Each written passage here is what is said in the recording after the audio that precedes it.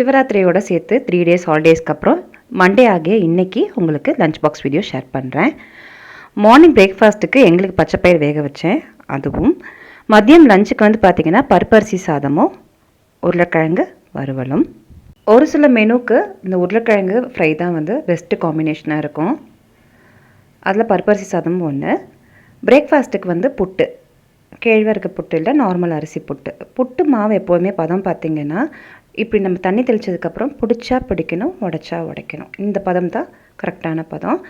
அரிசி மாவு புட்டு கேழ்வரகு புட்டு மாதிரி ரொம்ப நேரம் வேக வைக்கணும்னு அவசியம் கிடையாது. ஒரு 7லேருந்து ஒரு 8 நிமிஷம் 7-8 நிமிஷம் வேக வச்சா சரியாக இருக்கும்.